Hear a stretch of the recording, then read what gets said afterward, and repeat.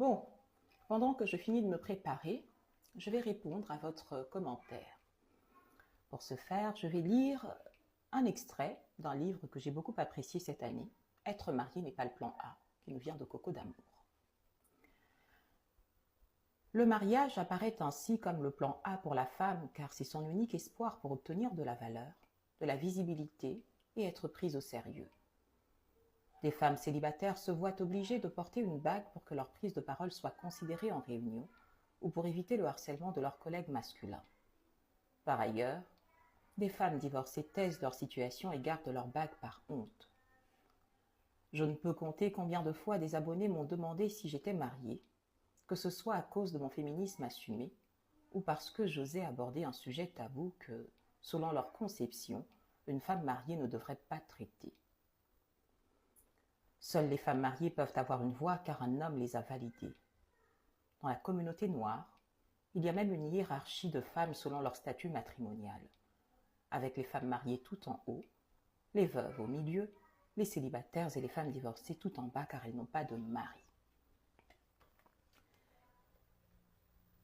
Vous savez, le patriarcat a été institué par des hommes, mais il est maintenu par les femmes. Toutes ces femmes qui se taisent alors qu'elles vivent des mariages chaotiques.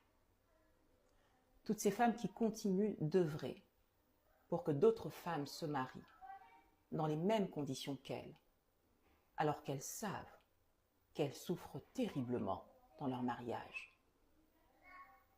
C'est à cause de ces femmes que le patriarcat s'est installé. Je sais que sous cette vidéo, je vais avoir beaucoup d'hommes qui vont venir vous dire « Ne croyez pas tous les conseils qu'on vous donne sur les réseaux sociaux. La réalité est bien différente. » Mais la vérité, c'est que si ces hommes avaient toutes les femmes à leurs pieds, ils ne seraient pas là à faire du prosélytisme sous les vidéos des femmes comme moi.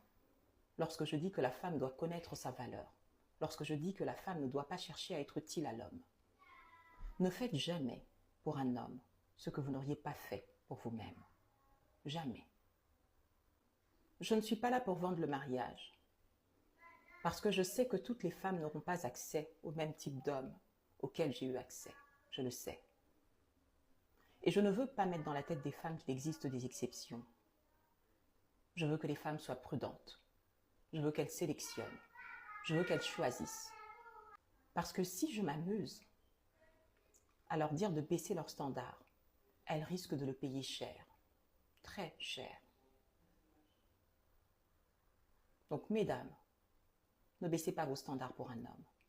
Ne faites jamais pour un homme ce que vous n'auriez pas fait